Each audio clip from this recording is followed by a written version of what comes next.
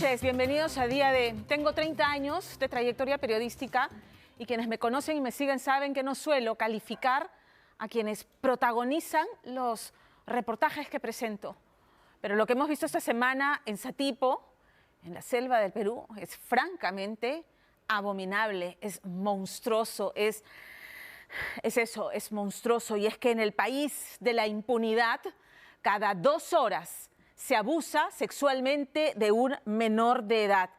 La absoluta ausencia del Estado en forma de policías, de comisarías, de un sistema de justicia diligente, presente, protector de las víctimas, permite que el Perú se haya convertido en la chacra de seres monstruosos y abominables, como este que violó a una criatura de 11 años y seguramente como esta niñita puso resistencia, primero la atacó con un asadón y luego le atravesó el cráneo de derecha a izquierda con 2 cinceles de 16 centímetros de largo.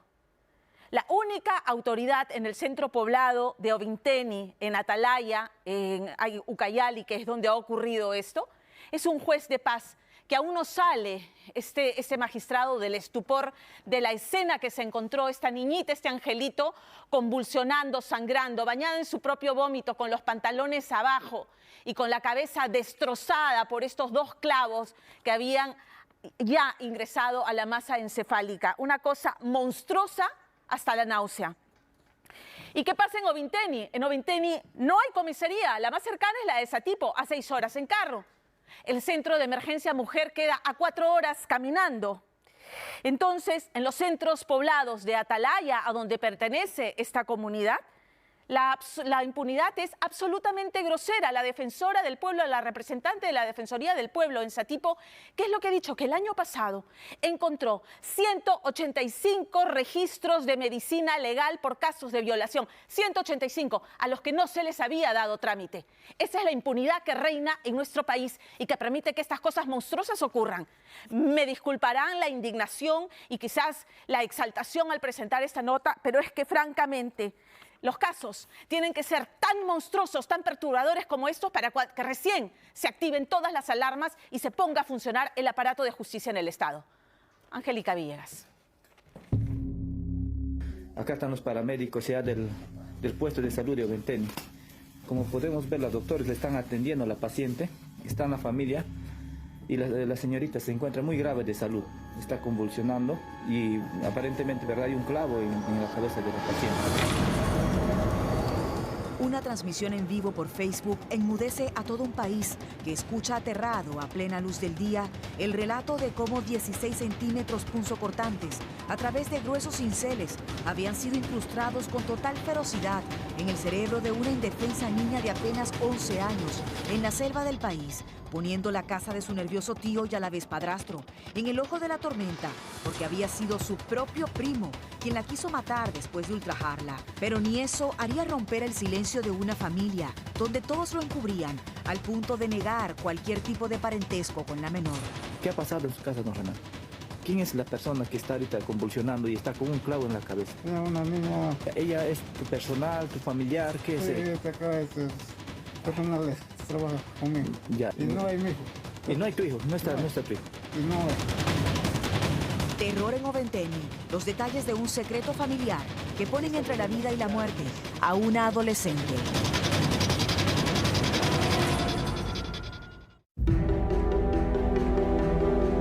El poblado de Ovinteni, en la región de Ucayali, parecía un lugar tranquilo y familiar que cuenta con más de 170 viviendas en este rincón del país.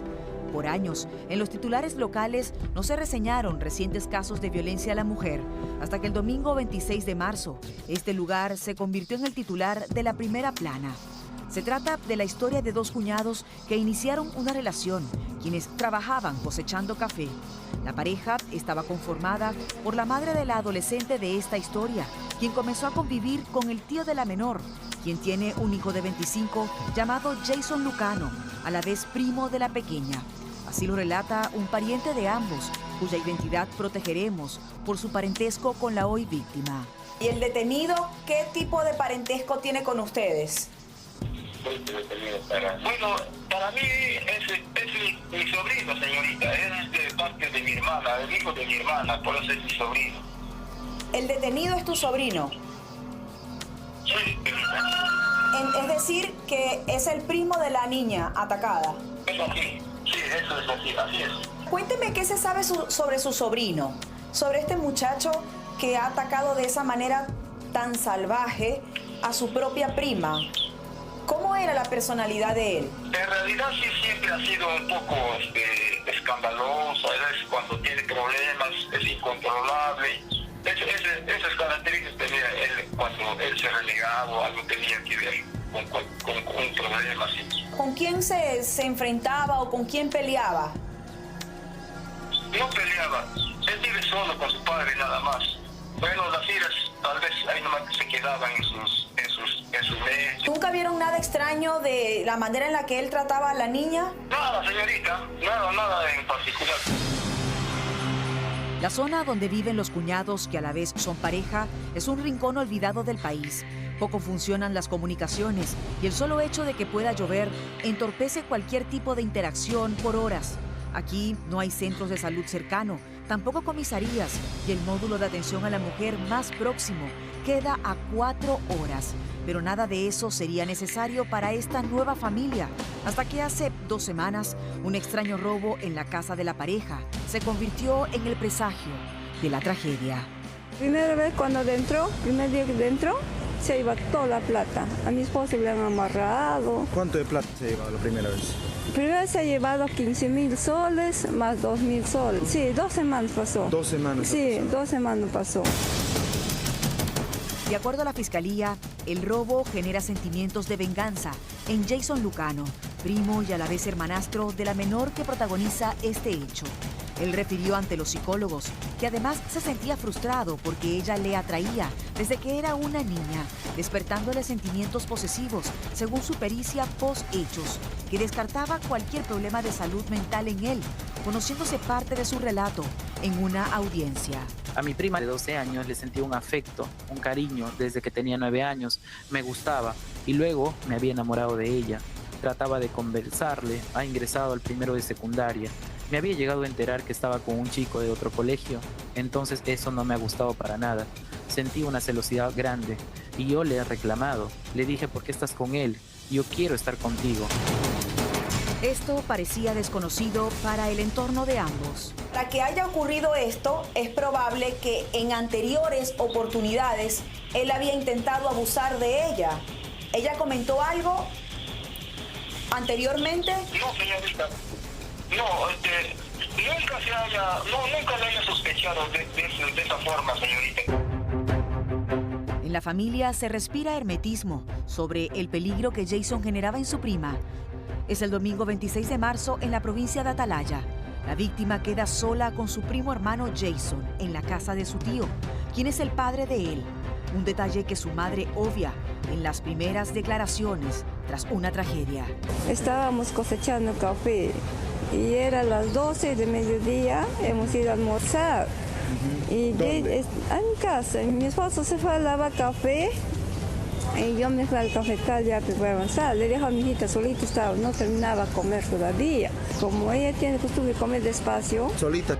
Solita se ha quedado en la casa, no había nada. Todos nos hemos ido a coger café ya. El pariente de ambas familias revela más detalles de la vulnerabilidad en la que se encontraba la menor y que su progenitora no precisa. ¿Desde hace cuánto la niña trabajaba en esa casa? Varias veces iba a trabajar, o sea, siempre la apoyaban sin cuidados. Y venía siempre con sus hermanitas, su mamá, venía a trabajar, pero ¿de qué habrá pasado para que suceda en ese momento? ¿Qué edad tenían las otras hermanitas de la niña que también la acompañaban a trabajar? Bueno, una de ellas estará la más pequeña, tendrá de sus 9 años tiene la pequeñita. ¿Y estas niñas no iban a la escuela?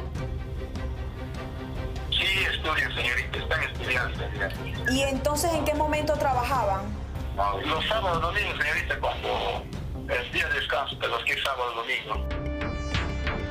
Ese domingo, Jason Lucano debía ir a cosechar café con su padre, pero se queda en la misma vivienda donde está su prima adolescente, a quien le pregunta si tiene enamorado, intentando besarla, como lo describe el fiscal en la lectura de los hechos. Le digo, ¿estás con un chico? Porque le digo. yo quiero que seas tú me perteneces. Se negaba en todo momento. Le quería abrazar y besar y no se dejaba. Entonces mi mente se nubló, algo me dio en mi mente, si no es para ti, no es para nadie. Ahí la ultraja, golpeándola en diferentes partes del cuerpo. El resto de los detalles no serán revelados porque resultan impactantes, sórdidos y fuera de cualquier narrativa que hayamos escuchado antes. Así la deja inconsciente para luego emplear elementos contusos, introduciéndole 2 punzocortantes que había adquirido antes, según relató al Ministerio Público, siendo descubierto por su padre, quien encuentra la vivienda con candado. Vengo y ya estaba así, botado en cama y sin agonía. Y no hay mi hijo. Y no hay tu hijo, no está tu hijo. Y no hay. La menor fue encontrada convulsionando, desnuda, ensangrentada. Su tío y a la vez padrastro, al igual que el hermano de su agresor, estaban nerviosos. Casi muerta, la adolescente fue trasladada al centro de salud más cercano, que quedaba a 40 minutos. Después en ambulancia, la llevan 5 horas hasta Satipo, para luego transportarla por tierra, más de 8 horas hasta Lima, presentando traumatismo encéfalo-craneano, concluyendo su examen médico legista, huellas de lesiones traumáticas recientes extragenitales, dando positivo para el ADN de Jason en los restos seminales encontrados en ella, impactando profundamente al personal médico. Lo que encontramos en sala de operaciones fue aterrador.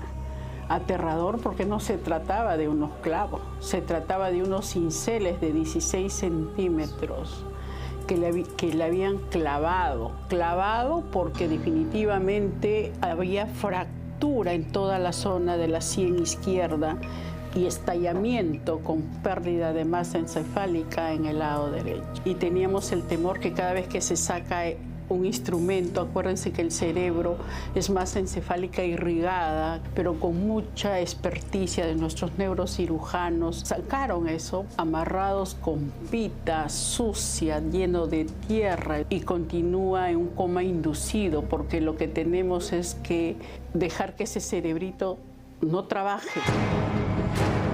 Cuando esto ocurría, Jason Lucano Leiva fue detenido cuando huía con pertenencias de la menor, que pretendía desaparecer para desvincularse de los hechos, en una zona del país donde el Ministerio de la Mujer parece desconocer su realidad. En la zona donde todo ocurrió, ¿cuánto hay de distancia para tener alguna dependencia del Ministerio de la Mujer? Está a 4 horas de Satipo, que es el centro de emergencia que tenemos nosotros permanente. Por eso el centro de emergencia mujer queda a 4 horas. Pero por si acaso, hay muchas zonas donde sí llega el internet, sí llegan las líneas telefónicas. Nosotros tenemos la línea 100. La línea 100 es gratuita. Por ejemplo, si hubiese habido una llamada a la línea 100 en este lugar donde ocurrió este lamentable hecho, bueno, hay llamado cuando ya sucedió el hecho. Lamentablemente quedaba 4 horas. Entonces mi pregunta es... cuando ya sucedió el hecho, nosotros sí podemos dar orientación. ¿Podía recibir orientación la comunidad donde vivía esta adolescente? La Defensoría del Pueblo tiene una posición muy crítica al respecto. Ahí necesitas servicios de salud, necesitas policía, necesitas los centros de emergencia mujer o la estrategia rural que pueda llegar. La línea 100 de esa zona no va a funcionar como corresponde. Necesitamos un Estado presente en comunidades donde las niñas y mujeres prácticamente están violentadas. Necesitamos presupuesto para la atención. ¿Pero dónde queda el presupuesto que se les asigna, no? Lo que pasa es que de todos los ministerios es uno de los que menor dotación presupuestal tiene el Ministerio de la Mujer. A pesar de que estamos en un país donde la violencia a la mujer es preocupante. Esa es la demanda de la Defensoría del Pueblo. Esta semana será crucial para determinar la vida de esta adolescente, quien de sobrevivir quedará con daños neurológicos. Esta es la otra pandemia, la que no debe normalizarse. Las cifras son una parte del oscuro espejo. El año pasado, 3.500 mujeres desaparecieron en el país y más de 1.600 niñas se convirtieron en madres. En el presente año, no hay esperanzas de reducir la cifra. 183 menores de 11 a 14 han tenido hijos, registrándose 33 feminicidios en lo que va del año. Urge una educación con respeto, inculcada desde el hogar hasta la escuela, y un sistema dispuesto a ponerse en los pies de quienes hoy ven truncada a la generación del mañana.